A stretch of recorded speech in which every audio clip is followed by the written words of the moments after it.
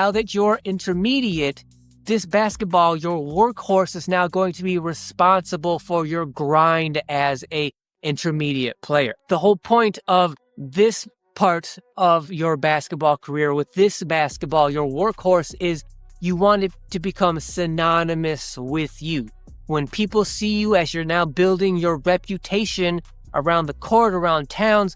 when people see you, they see you with a certain kind of basketball. They identify that basketball with you, and you that basketball. And one of the best advantages of that is because when you finally decide, okay, there's this one kind of basketball that I'm going to use as my workhorse, now it becomes like another limb. You want your familiarity with this basketball to be that where it gives you an advantage against other players that are not familiar with your basketball. So when you show up to the court and people choose to use your basketball to play and use in competition, since you're the player that's most familiar with that basketball, you're the person that's going to be able to handle that basketball the best. Now, that's not some kind of huge advantage or anything like that, but it can have its small advantages here and there. If the ball is loose and you and your opponent are running and chasing it down, the more familiar you are with this ball and what it takes to get a good firm purchase and grip on the basketball, and they've never used this basketball before, it's going to give you an advantage over them because you know how and when and what kind of purchase it's going to take to recover that loose ball. Now, that's not a situation that's going to happen all the time,